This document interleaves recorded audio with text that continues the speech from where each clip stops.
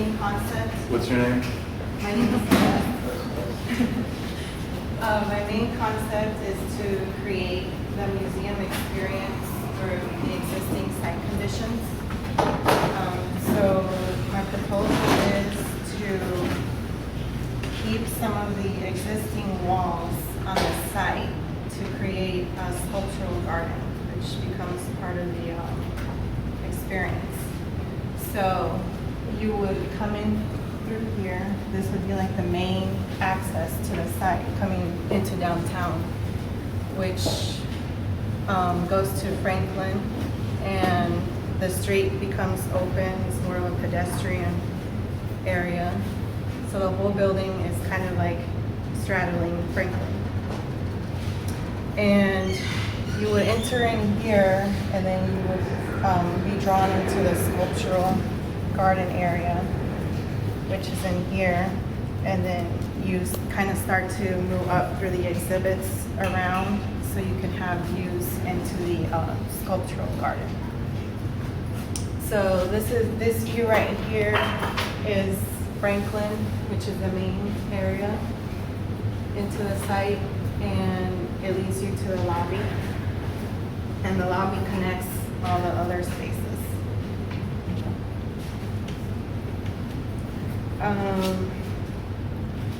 So with program, one of the constraints was that we had to provide room for expansion. The proposal for the expansion is, because I'm counting like the sculptural garden area as part of the expansion. And then another thing is that they wanted to have a lot of terraces. So part of the exhibit areas will have terraces that can be converted to exhibit space. So it's kind of like multifunctional.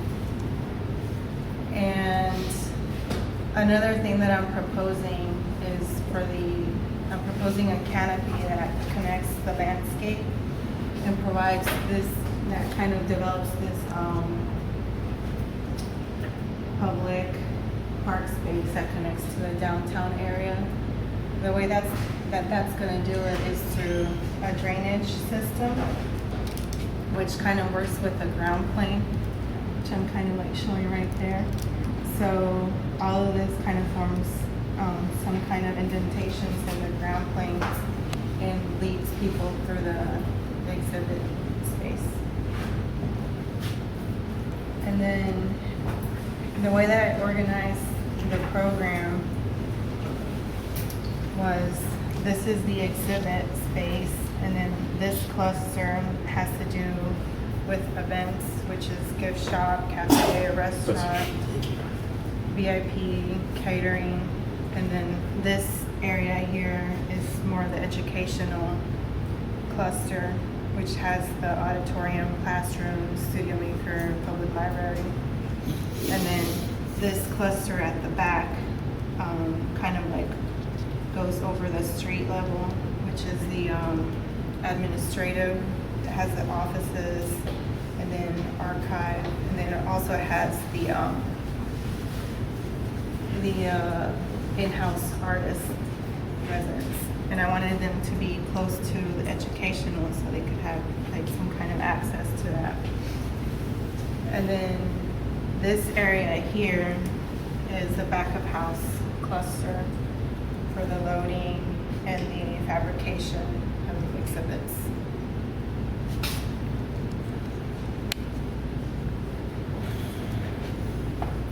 Show me where the existing buildings are. The existing buildings are here, which is these walls right here.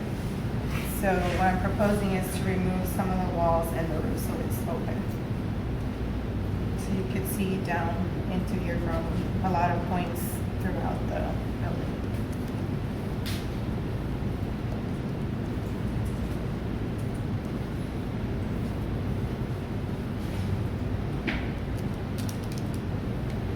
Did you say that the walls there are remnants? Or Yeah, it kind of becomes part of the sculpture garden.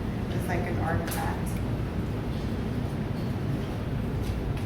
I'm not sure I understand what you tore down. Because the way in which you've designed it, and I think it would be interesting to investigate how they could become part of this idea since you've sort of prioritized plan with individual elements.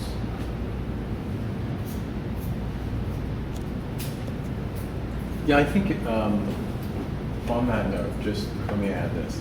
If you incorporated more specific technical words concerning handling of existing buildings, if you even thought to yourself, selective demolition, and then you thought to yourself, how selectively am I going to demolish? What is the limit of this? What is the usefulness of the existing? How much do I need to take away in order to create the sculpture park? Then you would be somewhere with this, right? Yeah, the way I saw it was kind of like the walls also create the paths into the. Well, I understand that, but the real question, I guess, if you're going to tear the building down, just tear it down, right? If it's about the materiality of the wall, that you could reuse the materials. There are a lot of things that you can do. I'm not even sure in these buildings if you could actually do that without collapsing. I mean, they're really not designed to be sort of freestanding walls. Yeah, I mean, Think about it. I guess like as I was thinking like ahead of like how they would, I was thinking that they would connect to the new structure. And that's Well, how that they even would- complicates it more. Yeah, it's more complicated. In fact, I brought up structure this morning. If you're putting something above this, you have to consider the fact that if you're keeping anything below it, in order to get a column pad that's not eccentrically loaded into these things, near to a wall, right? You have to go under the wall, the existing wall. And doing all of this is gymnastics, Yeah. right? So you have to establish the value of these things, and you have to establish the value of the space that you're proposing to make as being beyond the rigmarole you're going through to do it.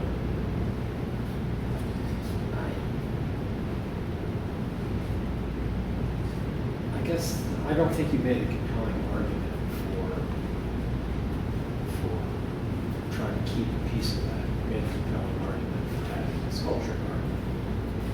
But I'm not sure that the two are so closely related as you think. I've been thinking about this site a lot since yesterday, as I did for yesterday's presentation, about what it means to have older buildings on the site and we tear them down when we save them. And what are these buildings? I mean, what were they? They were warehouses. They were like packing warehouses. Yeah, and so whenever they were built, they were built using absolutely the least expensive possible way to build it. They're the most utilitarian. So you have to think about that in terms of, well, what is the value in saving this, or can I take a picture of it and show it? Do I, if you're going to let it reveal itself in ground plane, what exactly does that mean? Because you don't really do that. It's not about acknowledging the original building. It's about creating enclosure for something else that you want. And I don't know. I think you'd be much better off just saying, look, we have to get rid of these buildings, and then you can deal with the architectural problem that you've created for yourself. Because what happens is it forces you to site the building in a very specific way, and then it gives you no flexibility in that at all, right? Because of the placement of those walls. So if you take those out of there, what happens if you can then begin thinking about, well, could this be stretched out? Does it need to be compact? If it is, can it be pushed forward or backwards on the site?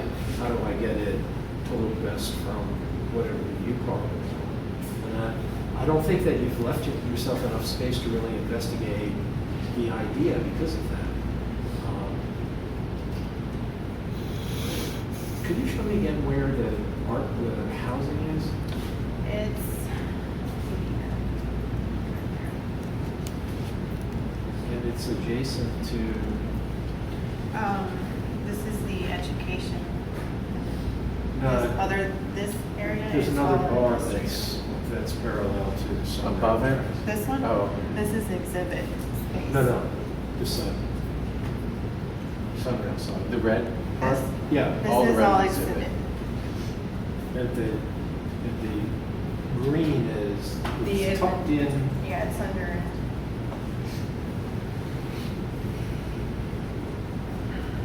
Well, I would. Is there a reason that you think they need to be integrated? I figured that they would need access to the exhibit area. Well, That's you why have I- access to the studio. You don't live here. So I mean, what is the advantage of them living there? The reason I ask is because it's a Well, it's kind of odd access- adjacency that you've created. Yeah, it's kind of what I wanted the in-house residents to have access to the actual exhibit space, but also to the educational cluster. Well, it's very different than, I mean, having access doesn't mean that you have to live there. I mean, think of this, if you take that green block and you put it all the way up at the other end of the site, does that really change the access to the education or the exhibits? Okay. And so what I'm saying is that that's another element that you've put in the program that causes you to have to respond in a certain way. But it's not a product of the site, and it's not really a part of the program. It's actually just a decision you made, a design decision, and then that causes you to make a whole lot of other decisions that are related to it. And it diminishes the power of this core idea. Now, if you had told me that they wanted to live in the sculpture garden, well, that's a different story. And then I would have asked you why is the sculpture garden with the rest of the stuff. But that I think that what you have to decide for yourself here is what are the essential pieces of what you're doing? What is at the core of the idea? And then how do you achieve that idea with the greatest clarity and simplicity? And so, because the way in which you've organized it is already thinking about it programmatically in pieces, right?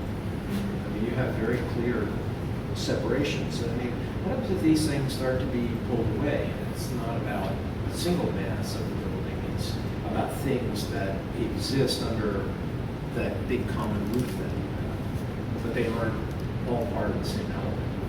I think you need to investigate that a little further until you know really what's at the heart of what you're trying to do here.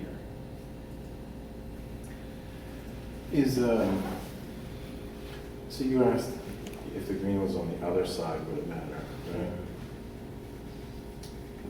And then, just so I'm clear on what you're currently suggesting, that any of these programmatic elements, I would argue, with the exception of the exhibit and the roof, can have looser or less connected their properties, or less connected, or connected in very specific ways that support an idea. Yeah, because if I do start to pull these things out and loosen up, then I am jeopardizing the core, which is this open center, right? Yes, but that's how you discover that, right? I think. Yeah. Because you look at, if You're you talking look about at finding the limit. Yes. Okay. Because it's already fragmented in the way in which you presented it. It may not actually be fragmented, but it looks that way. And so what has to be unified and what can be fragments? Because you've created this large device that lays on top of all of this. That's the unifying element. So it could unify a bunch of little separate pieces, or it could then become more roof-like and be about the entirety of the thing. But it's unclear to me exactly the relationship of the pieces that you've designed and this idea of the central court, which is, I think, the essence of your idea. How do you really take advantage of that? That's why I said at the beginning that by using those walls that you've established a proportion for it. And I don't know whether that's the right proportion for it.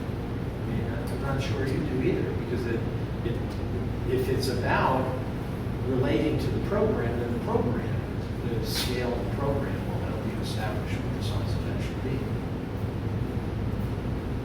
I'm just not sure what sets up the ground rules here for how you're going to make this. I think it's essentially what I'm saying. And then you have to look more carefully at the decision.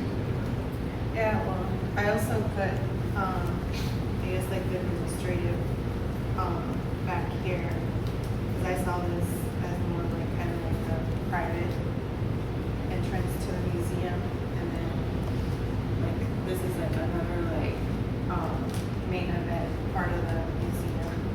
Yeah, I'm not saying that the spatial organization is necessarily incorrect. I'm just saying, is it the right proportions? Should the adjacencies be different? I mean, why is Ernestine Street more private, for example, than the other side? What happens if you turn the entire building 90 degrees so that you understand the courtyard? That's all. You can't investigate those things now because you've allowed an element to establish a location and a barrier. And you're talking about the existing buildings, this barrier, right? Yeah, I'm talking about this right here. Yeah. And that I think it's limiting the things that you can investigate in what is a very good idea, but you can't really, you're so limited in the kind of moves you can make because you've made that one decision. Is what I'm saying. All right. So, make an alternative perspective. Because if you want to keep those walls, you have to figure out where to sell them.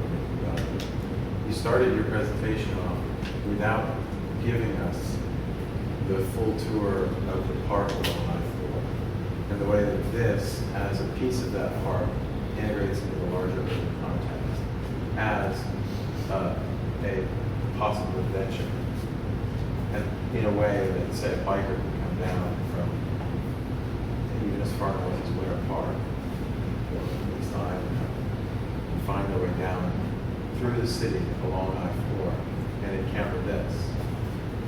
And in that context, if they encountered just a new building with a courtyard, would that be different than if they encountered a very selectively demolished maze of existing buildings that housed sculpture among the program of a new museum? Is there a cell there? I think there is. And if there is, then you have to make it so that he can't ask the question. And you also have to make it in a way that remember I told you to do that, and you only somewhat did it, showing what you're demolishing there? Is you didn't make the scars of that existing construction, the ruin of it, show up in a way that becomes a place that's great for sculpture. We can't feel anything about that part of this. You did these drawings, which actually in some ways, these sell more of an under one roof idea, which Dr. Bosworth brought up, than they do about the idea of this central space that is occupied as a path through the city. Right? That's a entirely different idea that you were talking about. Maybe your idea that you were talking about. Did I describe your idea? Yeah. Well, then you have to be more careful about what you say. Because then it's an idea about an intervention in the city, not an idea about making an iconic site. It's very different. But the same questions that he asked can be asked again using a whole separate criteria, which is how does any of the organization of this other new program around that space serve it, right? And how much roof, and what is the relationship of the roof to the ruin and the new program? That really then becomes the question. And that set of questions to me is a more interesting project than leveling it and putting it in the museum. And it meets the requirements of the studio, which are to have a intelligent position about the value of the existing construction.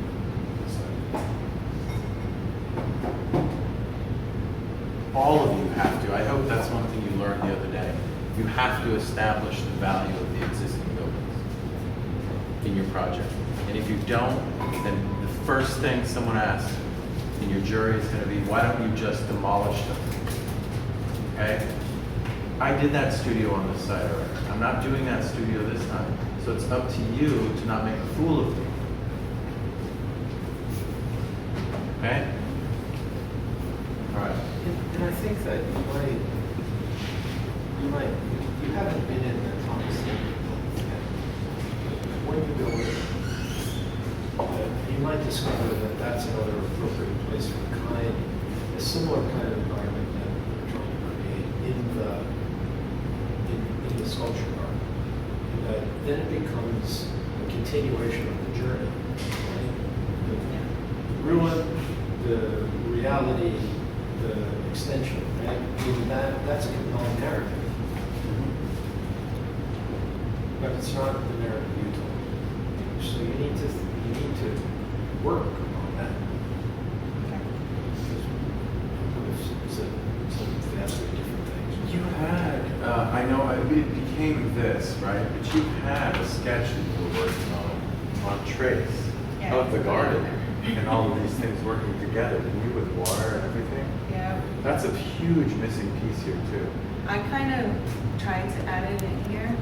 But the building masks it, the roof line.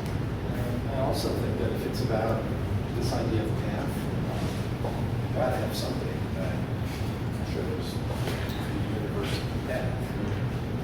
Right? If you can start up in the Idaho district, come down the trail, what does that mean?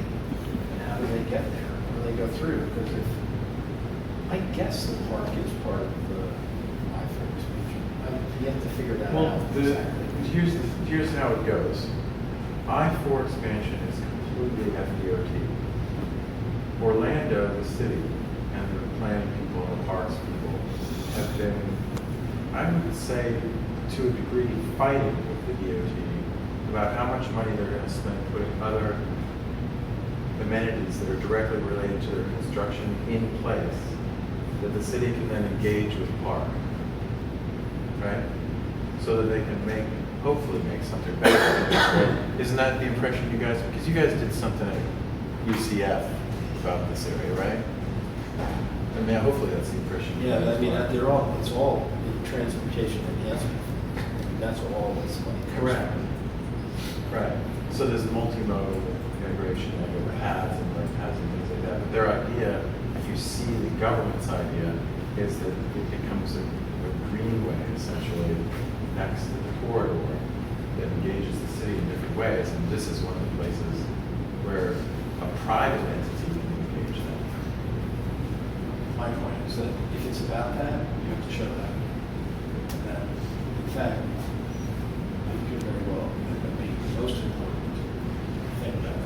And you will need an image that, I think this one is probably important. And is this from the train side? This is Okay, so this image is a good start, okay? But I need to probably, might need to move closer. I need to see a bicyclist, not a biker, standing in front of an existing wall, a texture of an existing wall that makes an argument for a foreground sculpture that then has a set of new things working around it. In other words, that would be a compelling space to be in, right? And worked into that is ideas of light and water. So the diagram's here, but those are things, you have to change the way you tell the story according to the drawings. If you think about the end building, Yeah. we looked at, there are places in that are already light rooms that create the kinds of spaces that you're making Right. pieces. Some of those You're talking places, about this building? some of those, No. some of those Yeah. places. I'm actually surprised you take the tall packing house part, the don't smoke in here one, down. Right? And those ones you're talking about, right? Yeah. And so, I mean, that it may be that you want to create remnants and leave pieces of it, but I think that your responsibility is to look at what is there and find out how many things that are there can be reused to accomplish what it is you're trying to do. I mean, you're talking about leaving something. Yeah. Yeah, so rather than thinking of it as an extruded wall, why don't you think of it as these connected environmental settings that already exist there? Which is the best one to use? I mean, that photograph in there, that little painted stuff, how awesome is that? That is a real ruin. And so, why not use that? Right? Why try to create something new with something old when those things exist?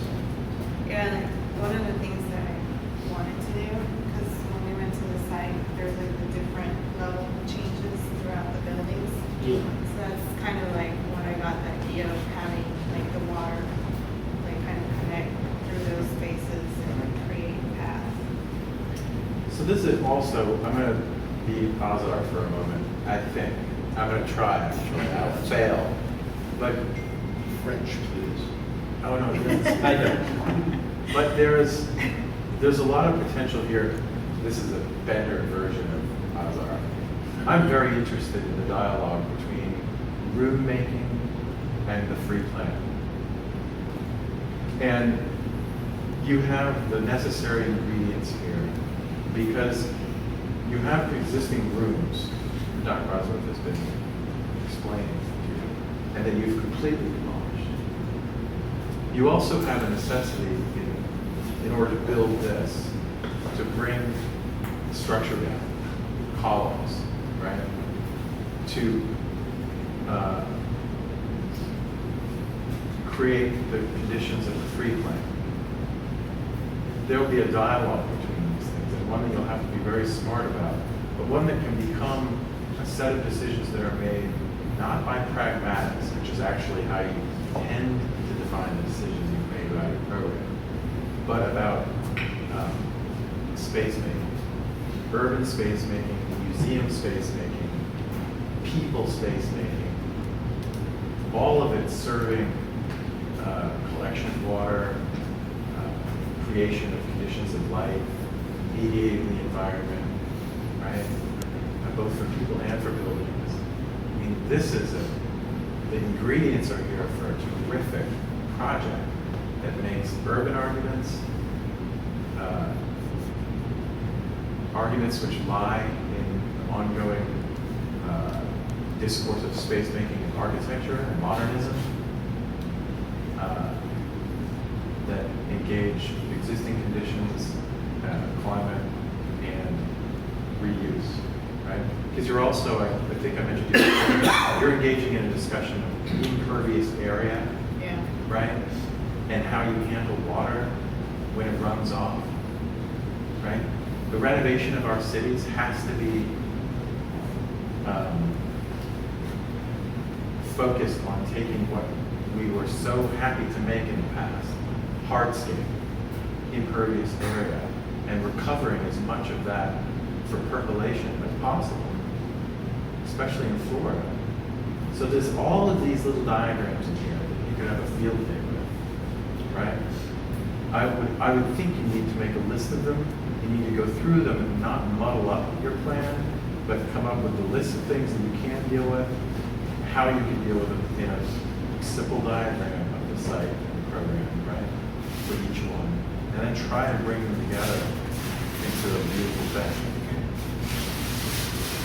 I meant to say this yesterday, but I didn't feel like talking about it.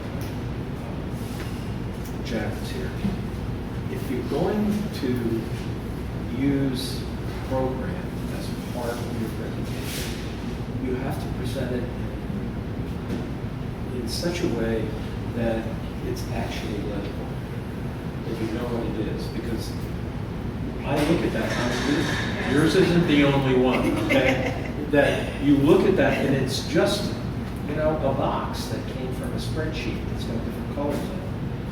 And so if you want to talk about program, then figure out a reasonable way to present that.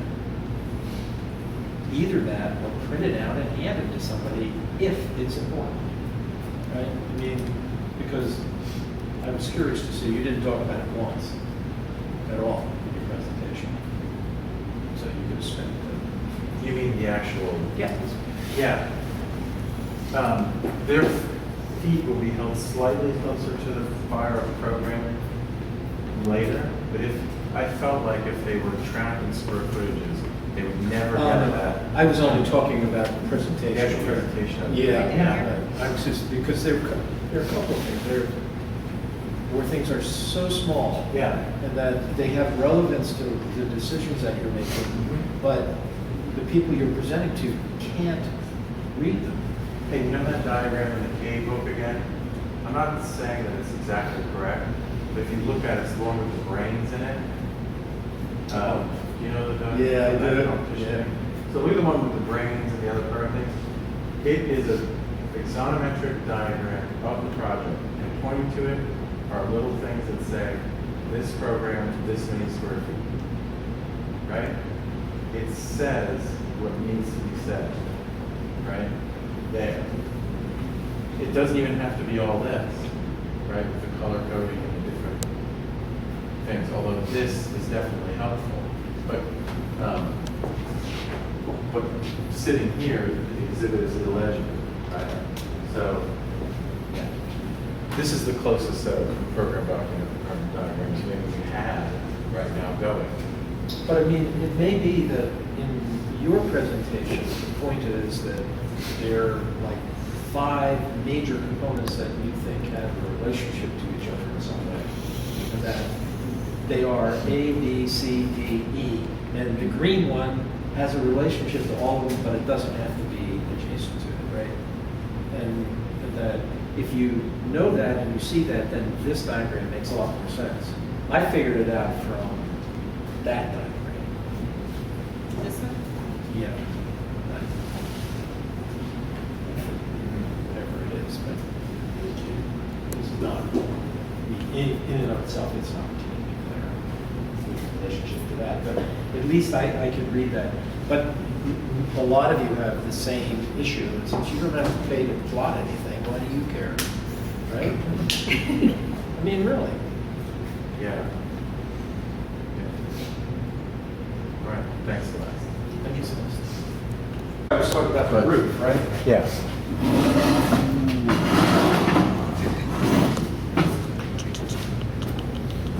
But the model does point out one other thing about that decision, that you have made, there's a formal relationship between the mass in front of the roof and the roof behind it.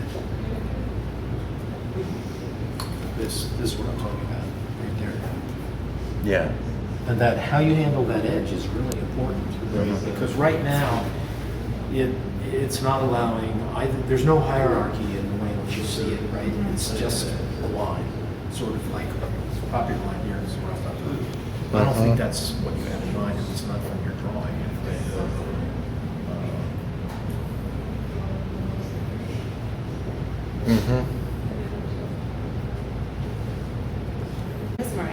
And I am doing the Orlando Ballet. And initially when we were first given the program, we got a little excited and everyone wants to do performance art space, and I started sketching and started doing a lot of conceptual work. And initially I had presented to Brenda that I was going to mow the entire site, create this, iconic building, and basically it kind of went back to the conversation that we had in other presentations where it almost doesn't have respect to the site, and that kind of creating something iconic in there wouldn't have a relationship to the existing context. So when I went back to actually thinking about the design of the actual schematic of it, I went back to the actual site. And when we went back to the actual site, we actually entered in from one entrance, which was this side right here in particular, in one of the warehouses. And when we entered in from that site, as I stepped in, I managed from one end of the warehouse kind of circulating to the entire site and kind of making my way through the way the relationships of the spaces between each of the warehouses, and how the warehouses adjacent to one another start to have a language and kind of develop a relationship, and how certain spaces have certain hierarchies, which to me kind of established, okay, there's a primary and a secondary space, and I immediately thought that, okay, if you kind of start to visualize what can essentially become a performance center, what spaces can start to become the black box. When you walk through, you start to realize certain areas where the front are more opened up and to the back are closed off, which kind of established like a public and private spaces. So with that, I wanted to use, I took that, so from initially going from mowing the entire site, I went from keeping the entire context of the actual site and using the language and the fabric of the footprint to develop and curate my design for the performance center. So the three main warehouses, which is the big warehouse in the center, the one all the way to the right, and all the way to the left that I was going to establish as the largest one to be the performance space, the one to the right to be a black box theater, and the left to be the dance studios. I wanted to use the front end of the front end of the site to be established as the public spaces, and towards the back to be the private spaces, which would be the administrative and the back of the house kind of establishment. So that in the model here, this would be the performance center, the black box, and then the dance studios, and then along here would be the administrative and educational, and the back of house, and this would be the performance suite, where all the dressing rooms, the locker rooms, the changing rooms would all be in the back in here. So I would be using essentially the entire majority of the fabric, and to kind of, any parts that would get demolished would be to kind of just to express more of the circulation that already exists within the site. And then one of the things that I also wanted to target with that was the voids, the open spaces that are the pockets of spaces that are created in the site, which are currently the courtyard and the garden spaces. And to me, I thought that was the beauty of the site, were the open spaces that are currently courtyards and a garden space. So I wanted to also highlight that as even I put it in the plan and in the axle, that these would be essentially developed into some sort of green space or a courtyard space that would centralize the courtyard on the right would centralize the black box, the back of the house, and the dressing room area, and the left side of the courtyard would centralize the lobby, the theater space, and the educational and administrative space. And then when I was kind of looking out to the broader picture of the site, well, how would I actually bring people into the site? How can I pull people here that would allow, because when you come to the site, it is very intimate, that you don't realize until you're there how close the roads are to one another, how close the buildings are to one another. And that's initially when I wanted to create some sort of iconic structure, that putting it abruptly against the site would kind of not allow a way in terms of an entrance to the actual building. So that's when I introduced the idea of the plaza in the corner here. and that the plaza would be a place of public space for people to come, a place for people to linger, a place for people to gather before and after a performance space, a place for people to be when they're going to a dance studio and to stay out to a cafe or be in that area. So I wanted to use all the existing spaces that are already created within that, because that's currently a really large open parking spot, and it has the ability to use it to pull people into the site. The transition from the road actually coming into the site would allow people to actually pull in within the actual performance. So that's kind of the big idea that I wanted to hold, was to kind of create a performance space within the existing fabric, to use the courtyard's open spaces that's currently there to amplify, to centralize as the program, and to create a plaza to actually create almost like a softening of a transition between people that are either on the traffic or through a car or through foot, to actually pull people within the site. So that's kind of how I laid out my plan, that this would be the initial plaza, and it pulls people into the lobby area or into the actual courtyard space that kind of centralizes the main performance center. And then through that, the experience of the spaces within the warehouses start to define the actual program itself. And I know we had a lot of other existing context there, but when I did the extensive research of what it is to actually develop a performance center, the main performance center is the heart, it's the gem of the site. And it usually centralizes the importance of the building. The performers need it, anyone that's in the loading area, which currently here is the initial loading area that used to be used for the trains to drop off whatever they're importing, exporting, or in here, that area essentially would be loading around the actual performance center. The school, the administrative, essentially all circulate around the performance space, which is why I wanted to keep it within the same footprint, and there wasn't a break between the actual program itself, and that the performance center would initially just anchor the entire site. So here you see the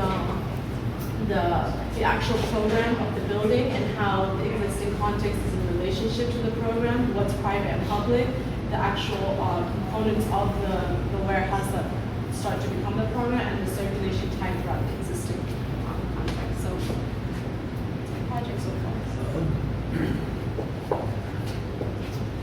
The one thing it's not entirely clear to me is about how you're using all of the existing buildings in the range. So, diagrammatically, right, there's one building that you're taking down, right? Just the back corners initially, there's one small warehouse here that's been taken down. Well, I wanted to initially use it. The only reason why I didn't actually use this is for square footage purposes. Otherwise, I initially I would like to actually create this into another performance space, but nothing is actually taken down. The existing lines of the actual site is in gray. I know it's hard to see, but it's in gray, and then the lines of the program are in black. But nothing's actually taken down. So if you're not using those other buildings, you can still leave them? Yeah, that's an issue. Yeah, I was going to leave them, but I was also going to have a discussion of possibly developing that into something more. But that part of the warehouse here and the open spaces here are the only things that I haven't. Now that's that thing in the back is that cardboard. Right, this right here. Yeah. But there are buildings, they should look more like these, probably, if you're leaving Yeah. them. Okay. Because it's more interesting about the fabric and that. I guess I don't know how to think about this. I'm talking and thinking simultaneously. Extremely different. That there might be some inspiration from the site plan to making a strategy of making form. Because the rhythm that you're relying on, if I understand what you said, has to do with how the buildings are on the site and their relationships to each other. It's all part of the component too. Now, this box right here, so what happens here? So this right here is the initial warehouse. So the program, the initial warehouse is divided into two, into the program space and the lobby space. This would essentially be extended for the performance center. But this is the one warehouse, this is the second one, this is the third, and this is the back open This space. is the one that has the big logo. Yeah, that's the one he lives in, I think. Yeah. I haven't been in it. They went in it though. Did you go in it? Oh, yeah. Yeah, okay. The one with the cars here. Yeah.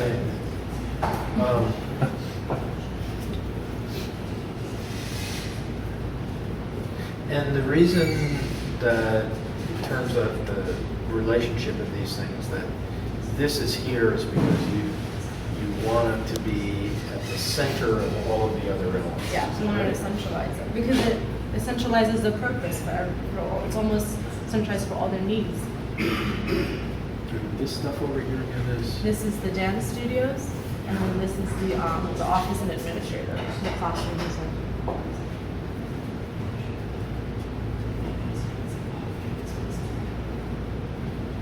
I'm not convinced about this. Okay. It's, in some ways, it's sort of out of character with all the other moves that you've made.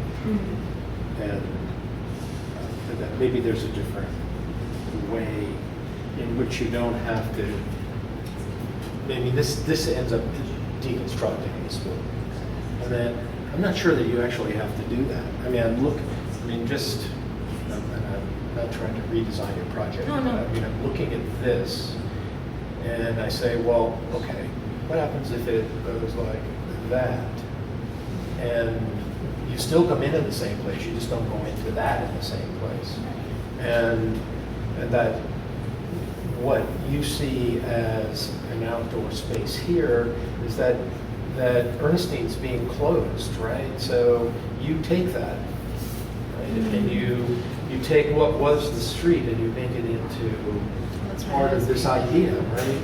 And then you have this large and really interesting space. Mm-hmm. And that, so what is the relationship here between the other decision that you've made and what this is? Because it's big and open. Mhm. It's, for dance practice, it could be even better than that. Right.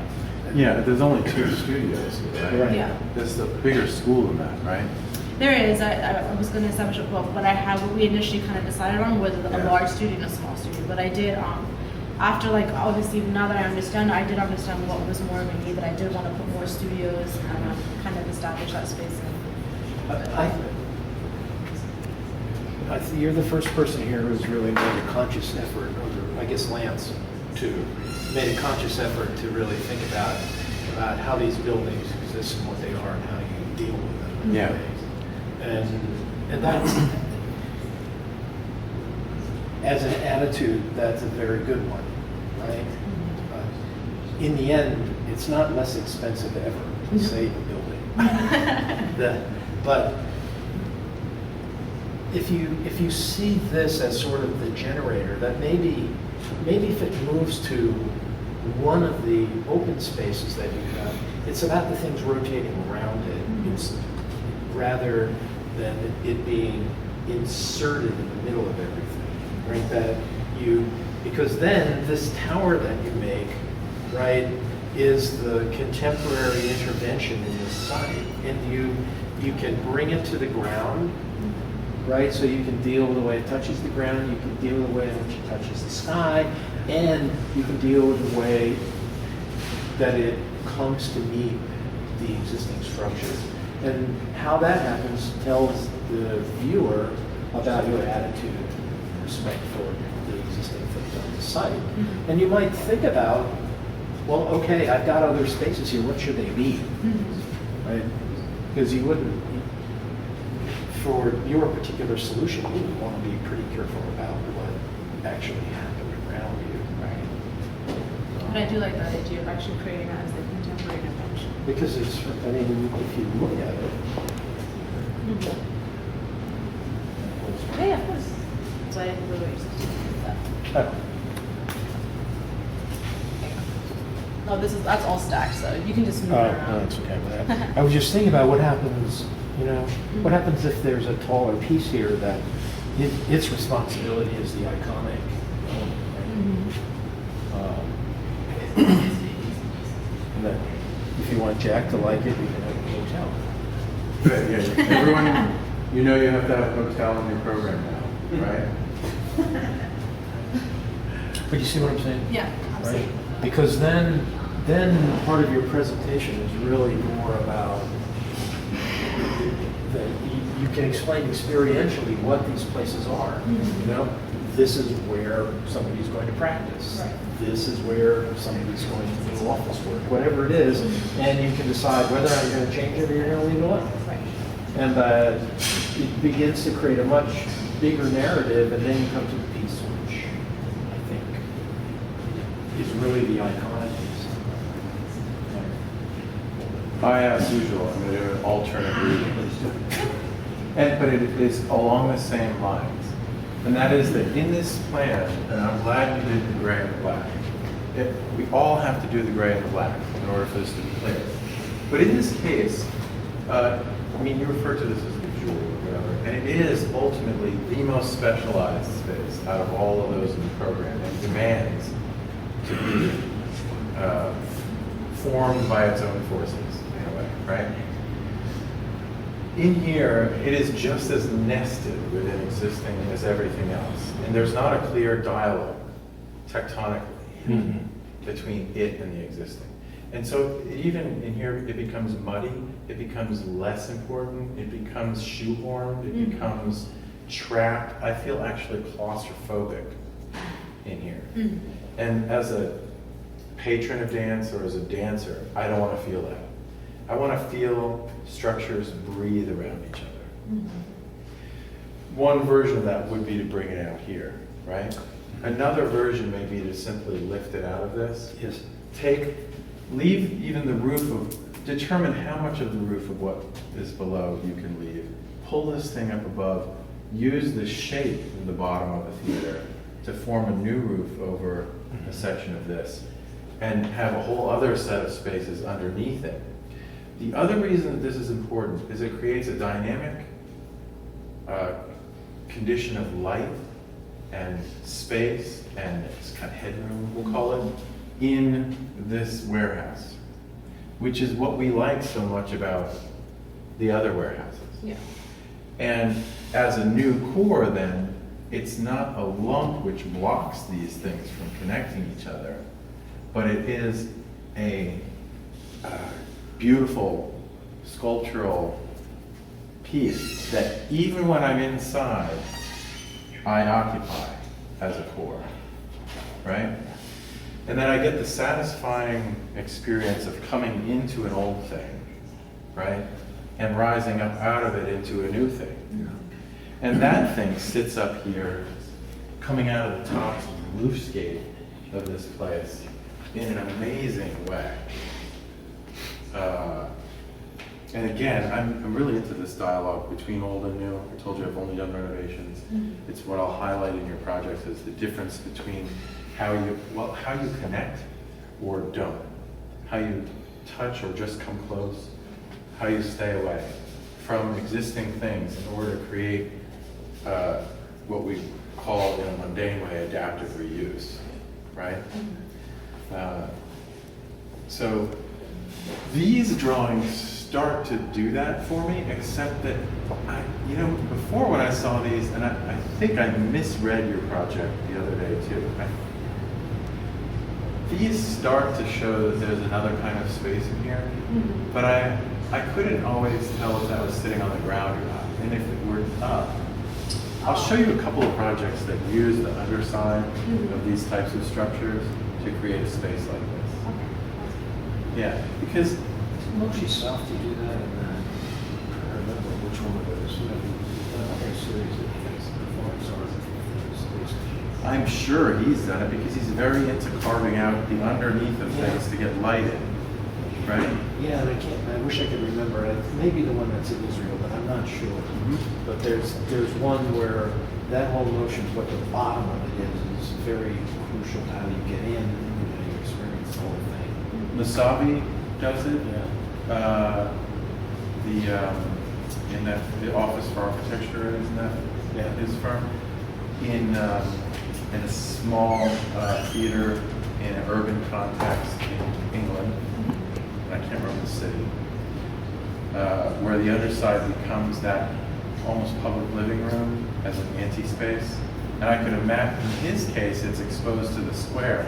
And to me, that's almost more boring than coming in here and knowing you're going into something like that because you see it sticking up, but coming through a mask of, and spaces of the old. And then, Congress Expo underneath the Zenith Hall is a space where people congregate prior to, or they buy tickets and things like this. It's actually open to the exterior, but exists underneath the bowl of this thing. I mean, even if you've been to the Colosseum in Rome, right? Yeah, All that's true. those spaces, they're divided, of course, by the structure, but those are the interesting places to be, and that's where everyone filters in and out of, right? So, anyway, I think you started this project with an idea about a heart and wanted to have a generation of some kind of form around this heart. And I'm glad you decided not to mow it all down because I told you not to. But I still want you to satisfy that desire, and I don't think this is doing it. How can you, you've always wanted to do crazy form kind of things, and so let yourself do it in the right place.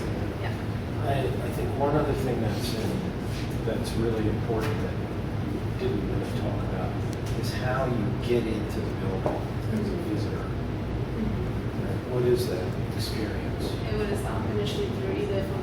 No, I know you're pointing to Oh. it, which is, if I'm writing on your finger, then it's absolutely perfectly clear, right? Yeah, there is no door into this at all. Right. But what I'm saying is that I think when you present it, that particularly for a performance building, that what you see, how that acts as a cue to where you go in as a visitor. Because the people, I don't know if you know many people who are dancers, but they work very strange long hours when you actually need an ears and medical one.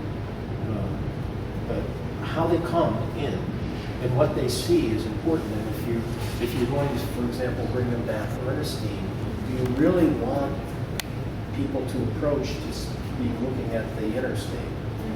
If you don't, what are you going to do about it, right? And that, because there's nothing the matter with coming and turning, right? I mean, that's the mysterious curve. But you have won my all-time award for the smallest adjacency matrix I've ever seen in a presentation. Oh, this is just the research. That's hilarious. Yeah. At least it's an award. Great. You won an award. Not only that, but 3 of the smallest. Not just one. I just don't put it. Well, actually, I actually would like to see the adjacency matrices in the final presentation because within it is the logic of the organization. And I've seen many of you refer to them now, and they anchor the project well. So, I mean, I really think the sketches are the important part of the process. yeah. I looked at them before we started, so I knew what they were, but your final review is not going to be like that. The present. Right. Yeah. So, So, how come this is so small? also, the dialogue that's present in here is not present in there. And I think in order to go forward with the project, you have to build something and model something of the existing and work within it with form. Right. I do think that. Because that's what you lack, is a form proposal. Sorry. Right. I think it's true for all of you that are going to retain and use parts of the existing building that appear as they are, that you need to model them as accurately and with as greatest amount of detail as you can. Because you're relying on that, all of these other things that give character to what you're making. So when you're modeling, it's really important for that to happen. Yes, All right, good. My intent with this project was to help create a node of cultural development that is connected to downtown, and it had not just be the ballet, but be something that could be used every day, so that we could introduce retail into. So I began by looking at the site and analyzing some of the unique features or limitations.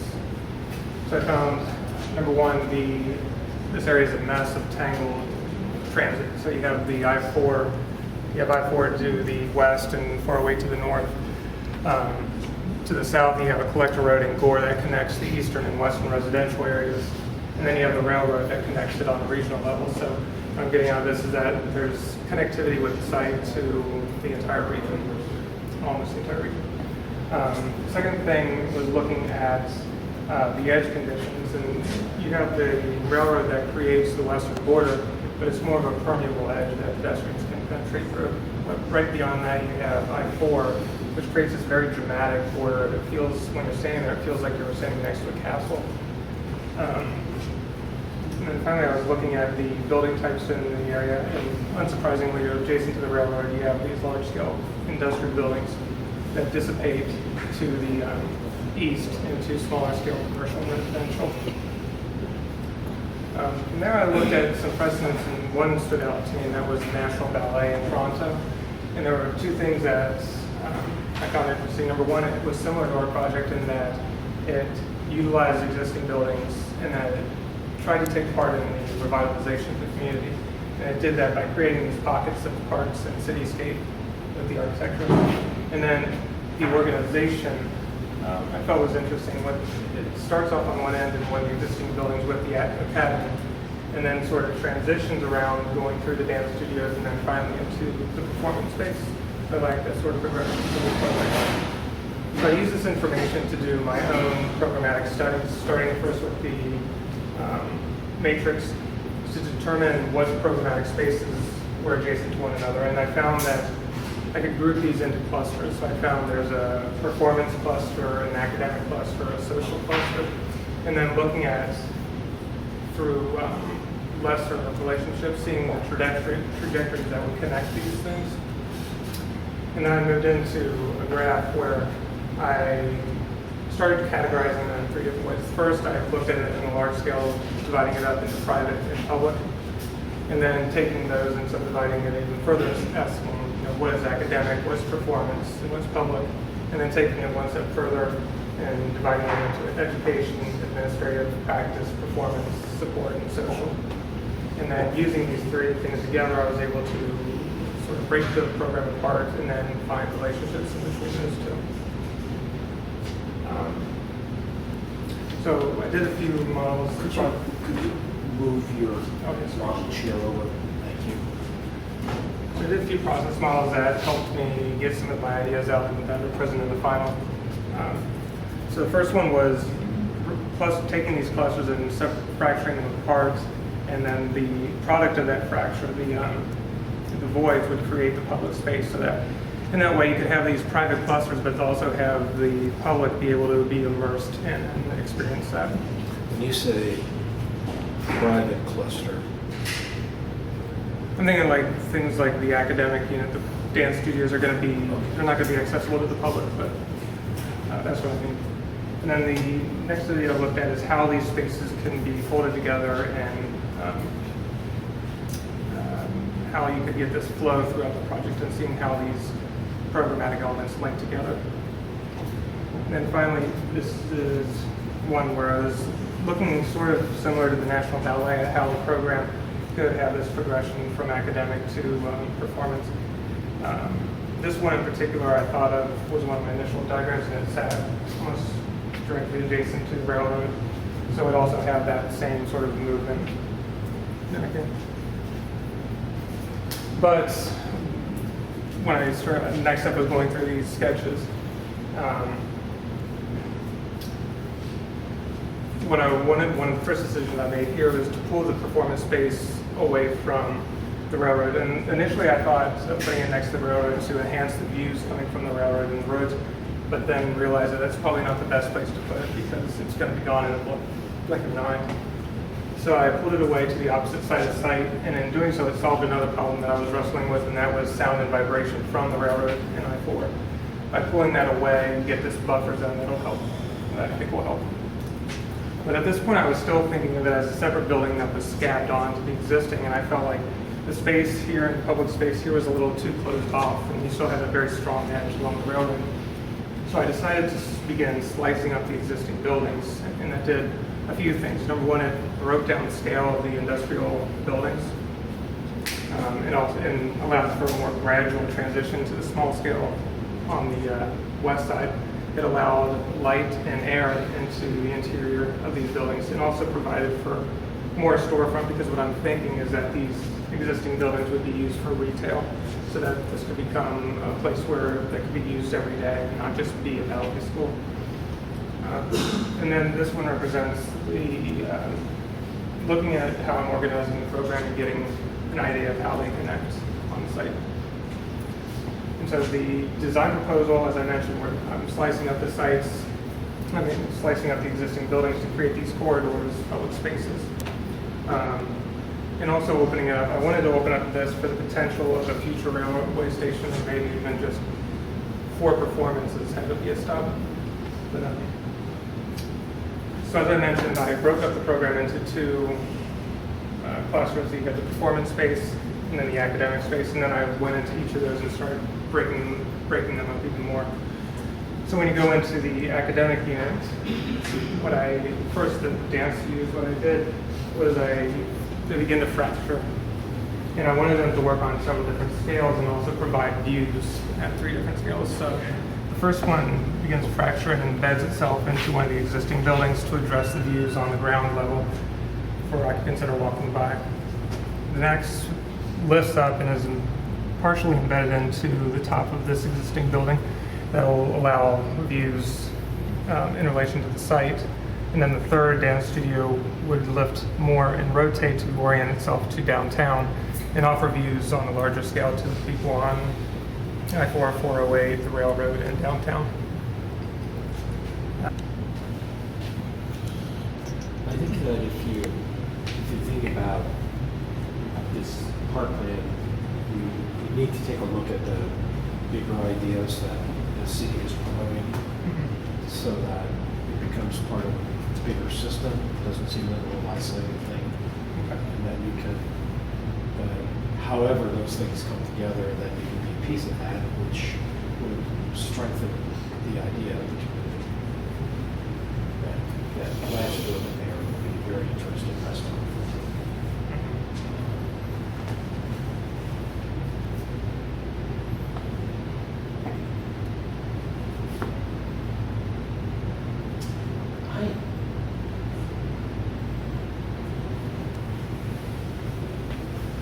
It doesn't seem quite grand enough to me. I don't know how to exactly do it. That they're. I think you really want to see this piece,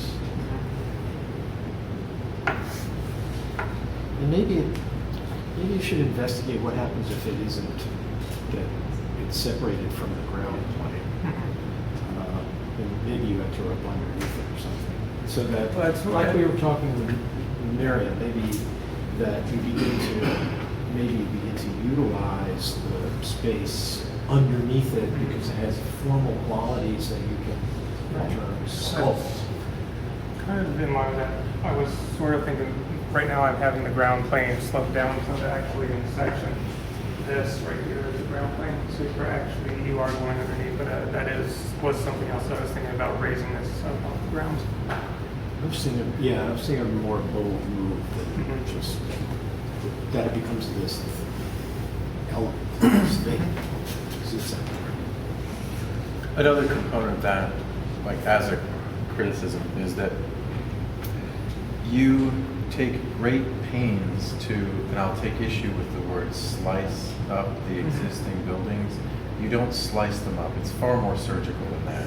You're merely cutting off the growths, right? The existing buildings remain the strength of them, right? So don't use the word slice them up. Okay. But this is an attitude within both an urban context and within the existing spatial experience, or the spatial experience of the existing, that transforms it from a clogged up kind of congested thing into what is more like a modern experience of space, right? With longer connecting views and openness, right? So even though you're keeping an older stock, you're creating a new way of using it, right? And that has the side effect of creating more storefront, all these sorts of things that we desire. Then you plunk this thing down in here, which is a big wall and a big lump. And it does not participate in that same idea of spatial continuity at the ground, right? I mean, if you look at what the Carpenter Center does in Boston as a model, then it's popped up. But it does occupy the ground in specific ways that deal with paths on the ground, right? So, if you're going to deal with this path coming in, you have the opportunity to do that, to actually pull people in and bring them in through here as well, right? But you're not doing that. There is a space here, but this is really kind of a deflecting attitude toward people coming in here. And I would also argue that you get that same effect here. I mean, there is something to having a broad facade, right? But this all gets really clumsy here. Finally, if you look at the way the plans sit on the ground right now, and part of it is because there's not enough of something else there, like a groundscape, to start to tie it together, that chopped off corner, like all of it is far less elegant than how it appears here. And I think you can resolve a lot of those issues by freeing it up from the ground.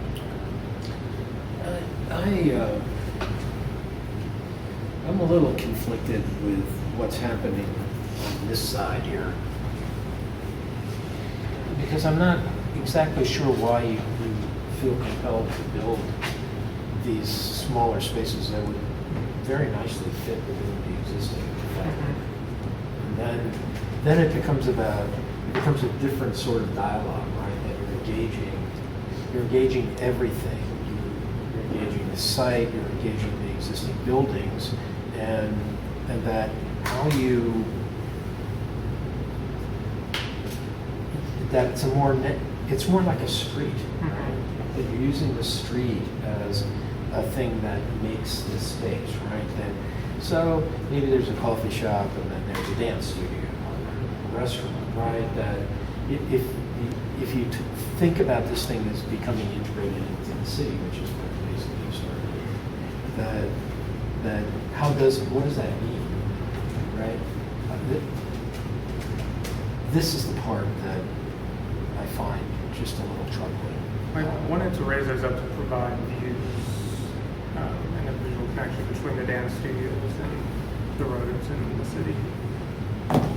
Well, I don't know. I mean, yeah, I guess that would be nice to have views out of the dance studio, but first of all, they have to have blank walls with mirrors on them for the bar. And that. Well, I'm thinking of these things on the intersection looking out in different directions. There are. No, I see them, but I'm not. What I'm telling you is I'm not convinced. I'm not convinced that the benefit of that is greater than the benefit of taking the fabric and using it to mediate this decision. I mean, you could make these things all day long. This is the thing that defines your project. Do you agree with that? Is that this is the defining element? It's not about the connectivity pieces, I don't think. Well, I mean, there's ultimately, you can connect with actual form and construction, or you can connect with space, and both work well, right? Yeah. So whether it's the negative or the positive that does that, and whether the gesture of the bridging is makes it necessary to do that or not. Yeah, I'm not entirely convinced either.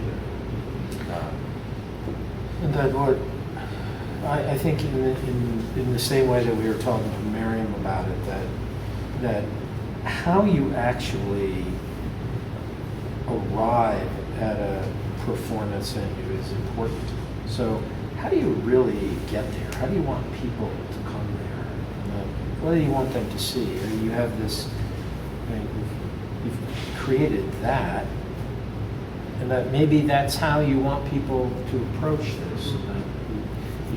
You describe that, take South Street to Franklin, you get to Franklin, you make a right turn, and you're here, right? And that, so you see that,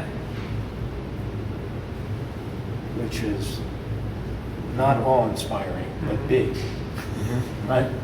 And that if you want someone to come this way, right, but then it's about making a turn. And so how do you get people to make the turn, and what is it that anchors the place, that what is the sort of knuckle where that happens, and then what do you see, because you're stopped, right, virtually. And that here, in this particular one, it's about seeing this grow in a whole series of different ways.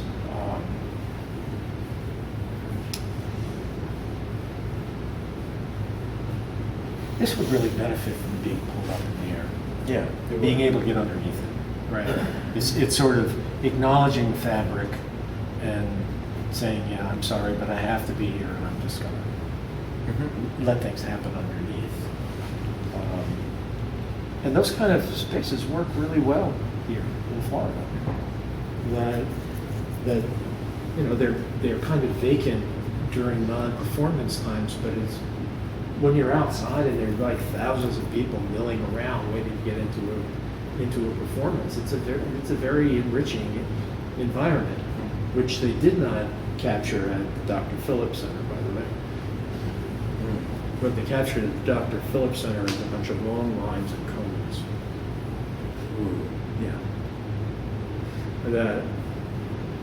And so the Dr. Phillips Center is a very good example of what happens when you use a road between the open landscape, which was intended originally to be some kind of gathering space for whatever the hotel is going to be, and the building. But the final decisions they made ruined all of that, right? So I haven't been there when it's in action, but does that road not become a plaza? It No, stays a it's- road? It's Ballet. No, it's valet Yeah, parking. They You- put it off. You drive in, right, and you leave off your car, and then and at night, when you're leaving, everybody's queued up out on the walkways, so that if you happen to be using public transportation or something, you sort of have to fight your way through this Wow. mass of humanity. Wow. That's awful. No, it really is. Yeah. And that it's too bad, because the lobby wasn't designed to have that happen, right? Right. It's very small. So they didn't think about the dance of getting in and out Well, I think they thought as about part it. of the performance. But they thought about it in a very mechanical way. Can I get people in? Do I have enough doors? Right, no, but I meant, yeah, they didn't Yes. think about it as a dance. But in some ways, the reason we got off subject here is that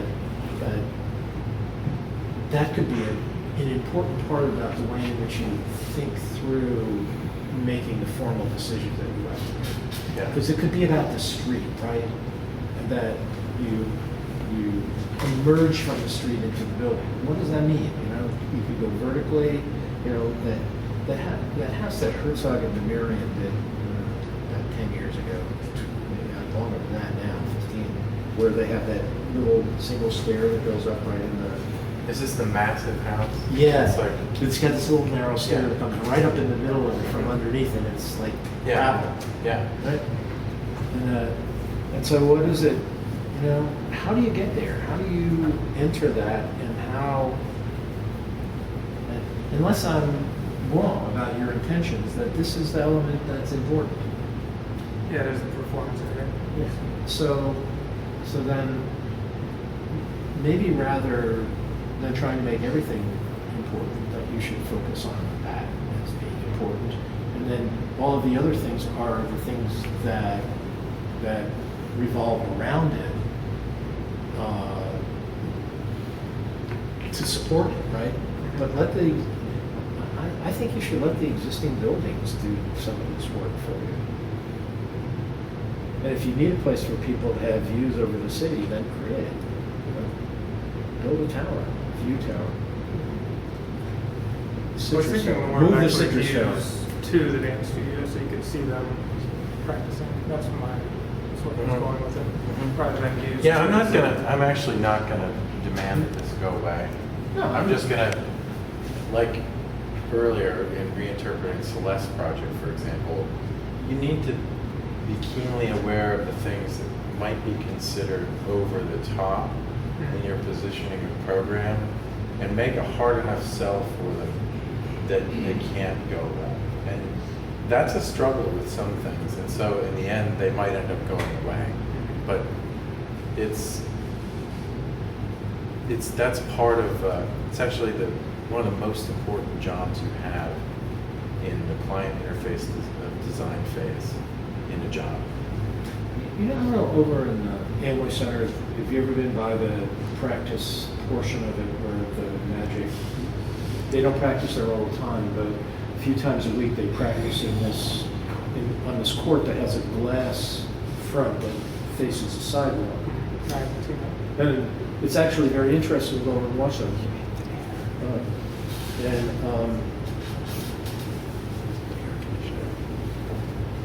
I turned the air way down because it was just so it's hot as hell here. And now it's too cold. But the thing about it is, right, that it's What about is he doing? it's about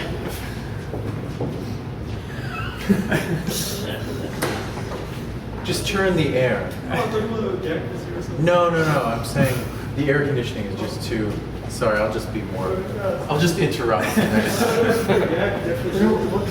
What I was thinking about here is that I think there are two ways to do this, and what got me thinking about the existing buildings is this notion of exposing things to the street and the outside. Well, one thing is to separate it from the ground and only let people who are driving their cars see it.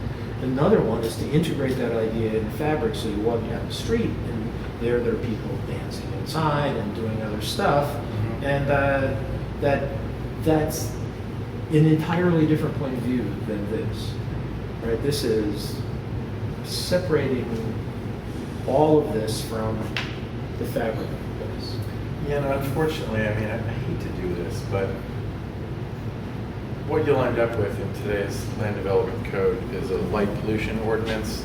And so if you wanted to open this entire side up, you'd be forced to reduce this to 0.1 foot candles by the time it gets to here. And so there are so many great things actually that I imagine about this thing sitting up here and actually seeing it perhaps from farther away. It could have been light on the other side because it's not going off of. Absolutely. This side it can be light. This side has difficulty with that. And I would say lifting it up as a first step, because by the time, like let's say, we have to have lights that are full cutoff, right?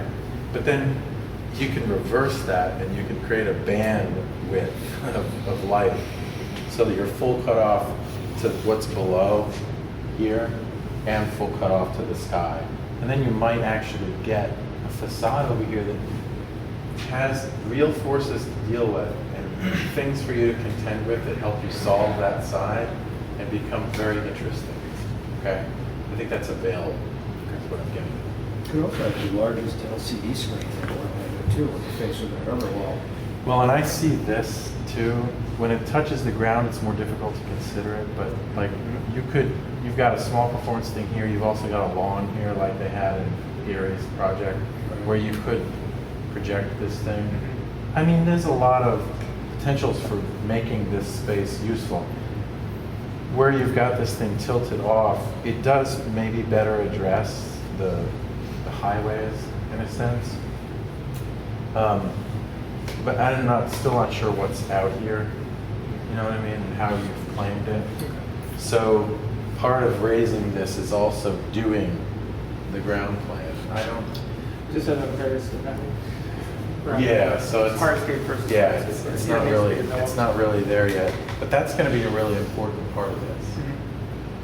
But I think it's really quite telling when you use the landscape in those pieces, that the one thing that you didn't decide to indicate is the road that takes you between all those things, right? Which is the primary way in which you get to all of it.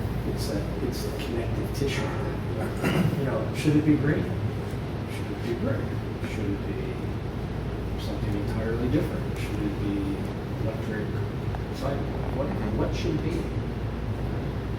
I guess my challenge to you is to come to grips with the environment that you're dealing with in an architectural way. That there's some, you allow some of the emotion and the feeling of the places that are there to leak into the thing. But you talk about it that way.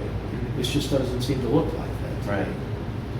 You know, By the way, I like the idea of saying, well, okay, this is just a big thing, and it's an intervention, and I'm going to put it where there isn't anything, Right. and go up. Yeah, fine. I mean, there's no issue with that. And how it's exactly cranked around there is another thing. there are different requirements for a lot of these concerns when you're across a street from something.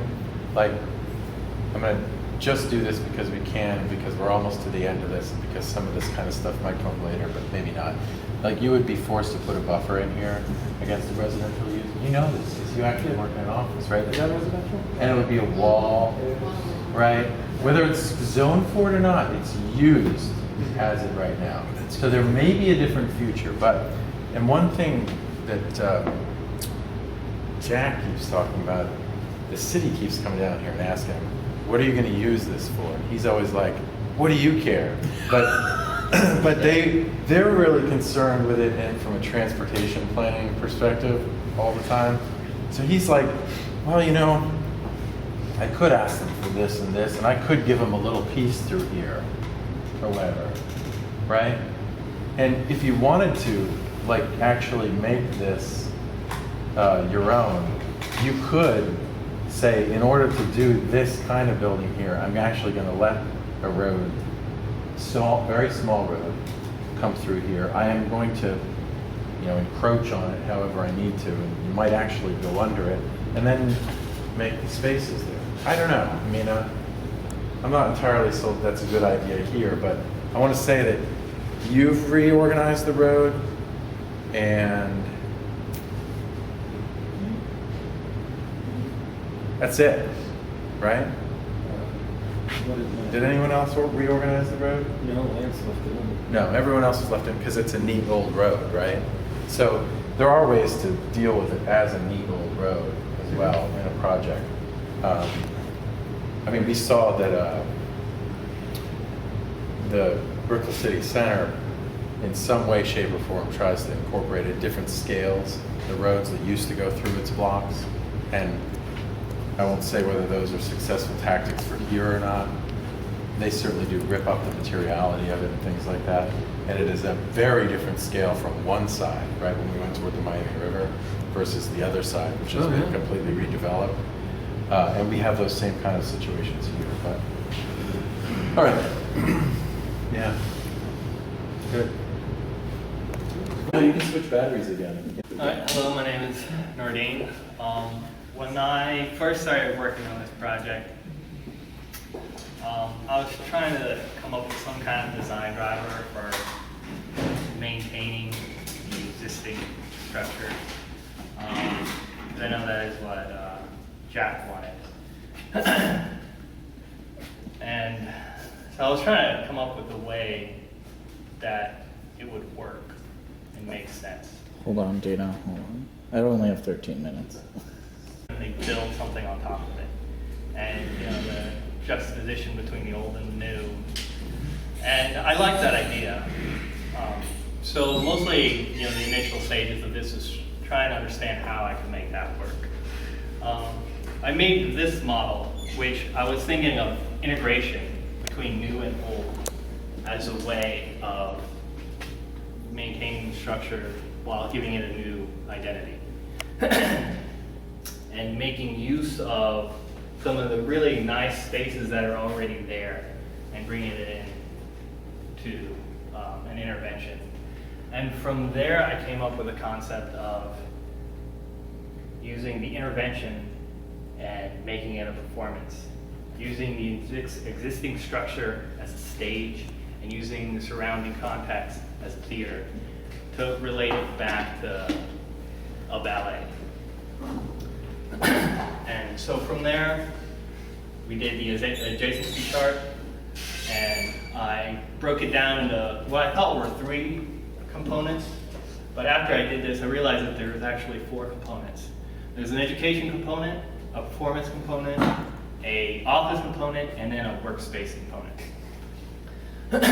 And from there, I thought of how I could take these adjacency diagrams and form some kind of performative space out of them. And so what I ended up doing was studying ballet. So I brought up videos and I watched people perform. And I noticed that through some of the positions, there's formal qualities to them. And that ballet is, based upon 5 positions that you go into and then you come back to it. And so I looked at the adjacency diagrams and the forms that these positions take. I started to think about how I could, relate those into form. Then the next thing I did was the spatial diagrams. What I noticed from doing the percentages, the square footage percentages, is that the different components had different spatial, identities to them. The performance component had, 3 larger spaces that took up the majority of the square footage in that component, and then a bunch of small spaces that would have to fit in around them. I related that to a pirouette. It's a circular thing, just like how the circular spaces would have to circle around the larger spaces. For educational component, there's a large spatial need, followed by some smaller ones. I related that to a pile, which is just a bending. The office component are, mostly larger, fewer size spaces. I thought of that as a glide, which is a glide. And it's very linear. And then the workshop component is a bunch of similarly sized, with a few smaller sized spaces. And so I related them to a formal dance movement. And then for the organization, I noticed that the performance component is organized radially around with the other space components around them. So I took that and then I tried relating to how these spaces form around each other in the same type of ballet form movements. And then I had to think about how this becomes a performance and how it sits or it's rooted onto the stage and how it rises above them. I noticed that because I didn't want to start deconstructing too much of the existing building, I noticed that there were 2 openings in the roofs that were pre-existing. One of them, it was because the roof kind of collapsed. And then another one, Jack said, was a garden. They were laid out here and here. And then this over here is where I thought the entry for this would be. And so I would have to carve out some of the building there. But I could create these 3 cores that would act like joints for a performer, where the movement would originate and form around. So by taking all of these things, I started using the joints to form these different spaces around these cores. So we have the pre-existing, we have the 3 cores, and then how the spaces kind of form around them, how they create pliés, how they create porte bras, which is the circling of the arms, and how when you stack all of them together, you create a position called a rond de jambe porte bras, which is a circling of arms and legs, using all of the joints.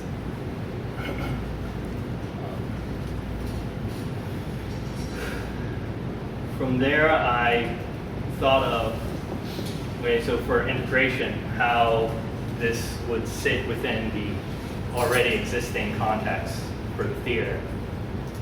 And so I did an urban plan of how I thought of, this area becoming developed one day. So this is the site that I'm working with now in white.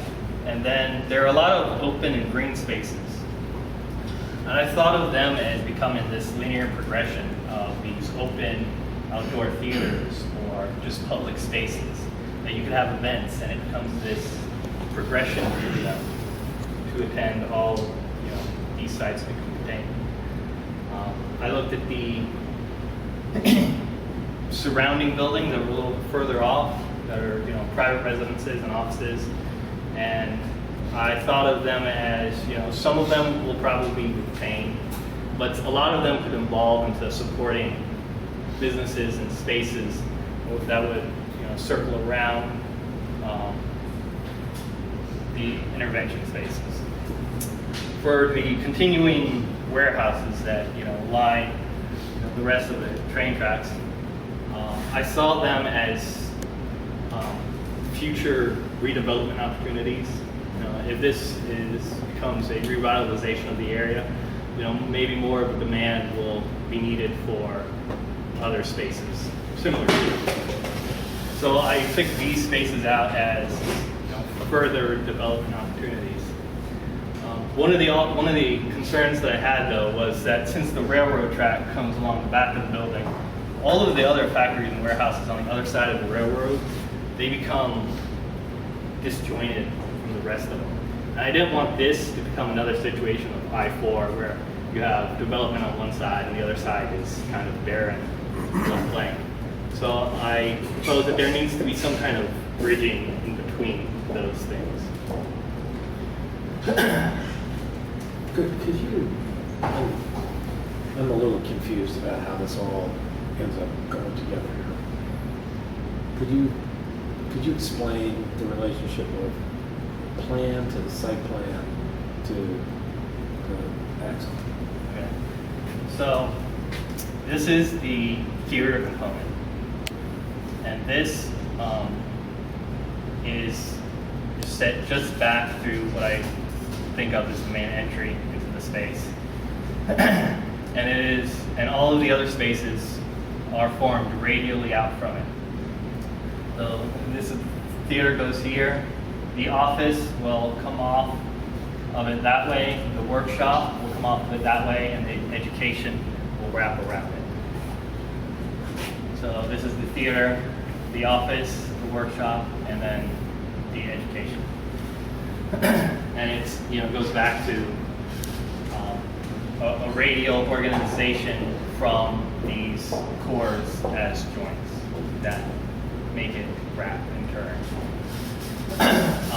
The axo is how I see the ceremonial transition through the space. So you'll have entry into the courtyard, which will lift you up into the performance spaces, where you'll have, the box office, gift shops, the cafe, the theater, the other theater, and then the stage, which will connect them with dressing rooms and the music, lighting, office space. If you're not here for the performance, you'll go the other direction, which will lead you up into either the workshop or the education. And you can also get to the offices there too. So that will be the main entry view into Sorry. Okay. space. What we really need to see are some sections here that show all the spatial relationships. I'm not sure. I think there's some kind of scale problem here. You've got on that drawing, the theater is smaller than the conference room. And the black box there is smaller than the canopy. Well, the theater, when we were doing the spatial planning, the theater, we picked out the theater is 2,100 square feet. And that also, when we do the conference room code, says that it has to be 2,000 square feet. So they're actually really similar in size. I think that there does need to be some kind of... The theater is the performance stage where you go in to see performance? The theater is just the seating, and then the stage is where the performance happens. So it's two separate spaces that are linked. So you'll have where the theater is, and then the stage where all the performance is had. It doesn't exactly work like that. I mean, it's an integrated space. So the idea is that you have these two theaters next to each other sharing a common stage? Well, they wouldn't share the same stage. They share the same backstage. So for any equipment, any type of if they have special props or anything, that could be held back here, and then it could just transition into either theater that needs it.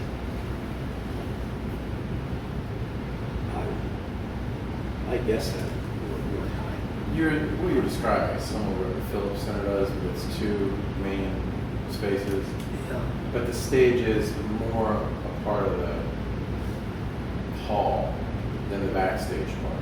And I think that's just something you need to clarify. It's really what you're talking about is the backstage, not the stage. And that distinction can be made, and that could be something that works. How many seats are there? I think we said 300 seats. It's a pretty small theater.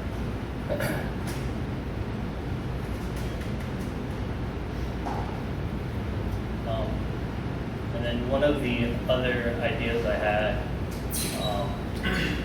that goes along with the intervention as a performance is creating the illusion of the performer being larger when they're on the stage.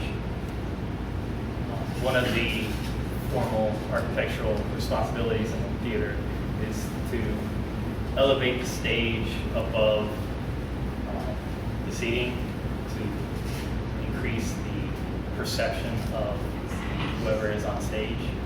And so that is another reason for the lifting building.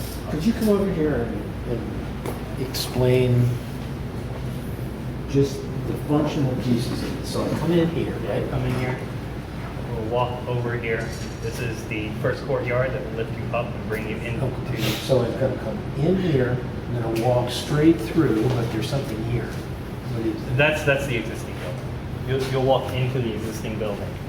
That's the phone. And then you'll walk into it. Okay. You'll come to the courtyard. You'll rise up, and then you'll either enter the auditorium, which most people will do.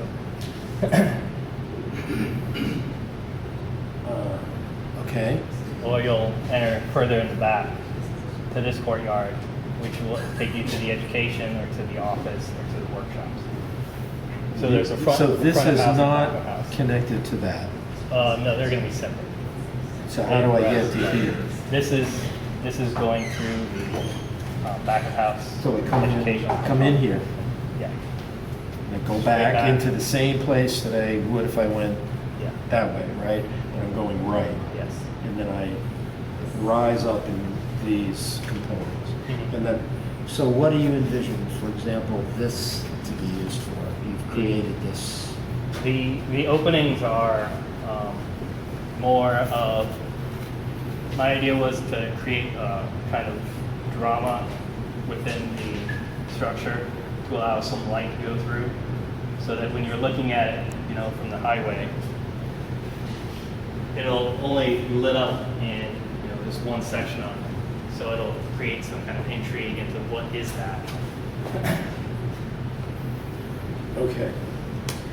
first thing is that you have to learn how to draw a set of plans so that they're legible. That when you draw a plan of something that's above something else, you see things below it, and that the way that we connect things together that are vertical are either elevators or stairs, and that those are the things that allow us to understand how the thing goes together.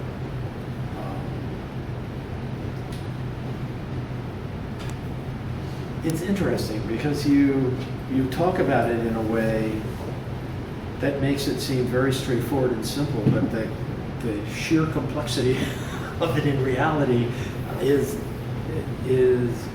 muddies the idea. There's conflict between what you actually made and the way in which you're thinking about it. And that what you have to do is that you have to get to the clarity in the intervention, the way that it exists in your mind. Right? Because basically you're saying, I come in here, I turn right and I go to the private stuff, or I turn left and I go to the theater, right? Did I miss any other places to go when I come in? Okay. So if you think of it that way, then the question becomes, if I enter that existing space back in there, what is it? I mean, that's you can't answer that. It's the essence of what existed there before, and that does something happen there? I saw it as this initial gathering space where additional programs could be added, like restaurants or bars or shops or that kind of thing that would happen in the future that would bring people in. So that maybe you went to shop and then I mean, so it's sort of like a shopping center. You come into the mall doors and there's like a Burger King or something there, and you grab one of those and go upstairs. Something like that. Probably not Burger King. You want to say that. Probably like a Probably not fancy- Burger King. Although, expensive aren't you the one that's always who's always looking for Burger King? I wasn't Isn't it looking you? for Burger King. Okay. I'm just kidding about that, obviously, but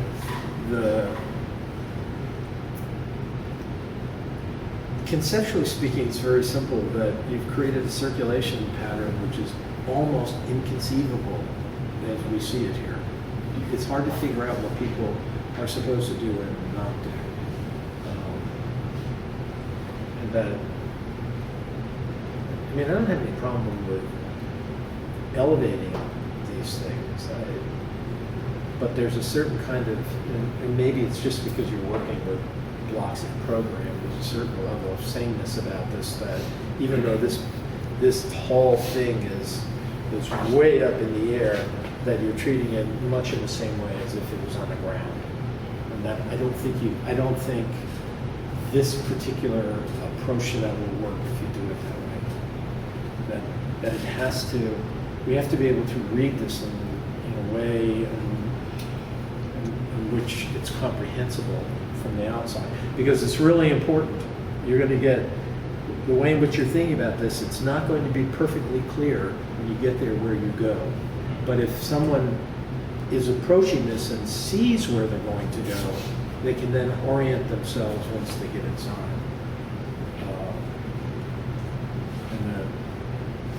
And that the idea isn't to figure out the best place to put a sign. The idea is to figure out the best place to not have to have a sign. Right? If you understand what I mean. Yeah. That you want the design and the idea as the thing that propels you through the environment, and that it should be organic in the way in which you talk about it, but not in the way in which it's realized. I don't know. Maybe the thing for you to do here to try to figure out if this is really what you want to end up with is to do a really careful axon of the circulation pattern. Yeah. I interpreted your project in a way when we last talked, and I thought in our discussion of it that you understood it the same way as I did. But the drawings that you made are entirely different than the ones I imagined. This is a common occurrence, so don't feel bad, okay? If I just throw out a whole other way of getting to this point, I think I can make what you have here, with the exception of the fact that there's too many twists and turns and too many differences in the overall envelope, I think I can make it clear and make a very strong rereading of what you so eloquently said, because you convincingly presented your idea in your investigation of ballet, I think. And it wasn't that clear the other day. You did. Your axon up there only begins to do it. I can see the 3 holes in the ground. I can see the 3 columns coming out of it. These, you need to not make them out of paper. Just go ahead and make them out of solid plexi or whatever. As these 3 beacon towers, which is what I was imagining when you told me that they light up, right? And because of that, I understand where to go, right? If these beacon towers exist, then even when I'm on the highway, I know how to get in. And I know where I want to go. And that would be the same thing true of anyone approaching from either side. Because this is an evening kind of And when they're inside the courtroom. right? And when they're in here. And if they're in the Burger King, they still know, right? The argument can sustain any idiocy that happens in the existing buildings, right? Because there are these incredible glowing things that make it apparent. And so in that way, you know, if you lift your project out of the existing, right, it works. If you set it into the existing, it still works because of that power. Organized together with those beacons, continue to call them that, is the rest of the program. You have some ideas about how that works, how this works toward the city, right? How this works as a performance facility, and how this works as a school. It's your 4 different parts of the program. You need to just make those more elemental. Get them to not be busy, right? The little leg that comes out. Look at the axo you did of your performance thing. It's unfortunate because there's so many breaks and twists and turns in it. I think that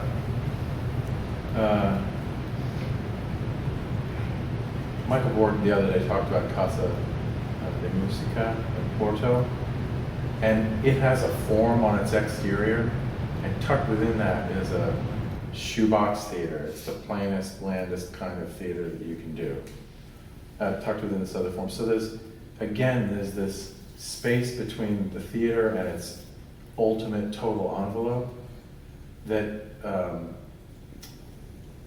makes the thing perceivable as a unit in the city. And cleaning this up there would make it apparent. So once again, you have the beacon, you have the clear object of a pair of theaters as the place you're going up there, right? And then you have your other fairly distinct pieces of program, and it could work very well.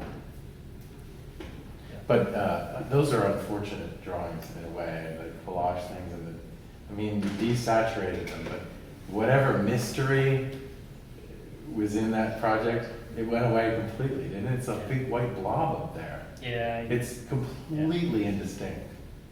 And all you would have had to do is take your lasso tool, the straight line one, and go around these parts and make them glow.